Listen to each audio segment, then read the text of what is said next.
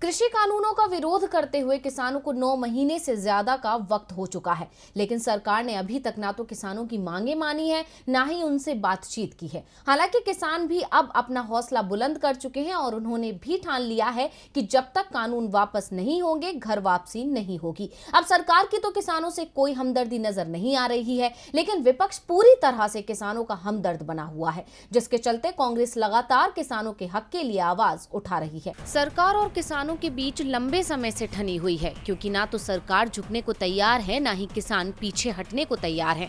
आलम यह है कि इस लड़ाई में 9 महीने से ज्यादा का समय हो गया है, लेकिन नतीजा शून्य है। हालांकि करनाल में खट्टर सरकार के किसानों के आगे झुकने से अन्नदाताओं के इरादे और बुलंद हो गए हैं, लेकिन खट्टर सरकार की तरह मोदी सरकार भी झुक जाएगी ये कहना मुश्किल है, क्योंकि सरकार किसानों की मांगे मानने की बजाय उन्हें झूठे वादे और बेवकूफ बनाने की कोशिश में लगी हुई है। अभी कुछ दिन पहले ही सरकार ने एमएसपी में बढ़ोतरी के नाम पर भी किसानों के साथ मजाक किया था। सरकार की सभी चालें अब किसान भी बखूबी समझ चुके हैं। साथ ही विपक्ष भी किसानों को जागरूक करने की जुगत में लगा हुआ है। कांग्रेस लगातार किसानों का समर्थन कर रही है और सरकार को घेर रही है। अब एक बार फिर कांग्रेस ने लगातार 2 ट्वीट कर सरकार पर गंभीर आरोप लगाए हैं।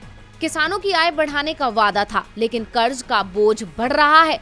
दूसरों का पेट भरने वाला अन्नदाता आज खुद लाचार और परेशान हो गया है। मोदी सरकार है, जुमलों की भरमार है। इसके अलावा कांग्रेस ने एक और ट्वीट कर कहा, देश के अन्नदाता की आय घट रही है, कर्ज बढ़ रहा है। मोदी सरकार अन्नदाता को राहत पहुंचाने में विफल साबित हुई है।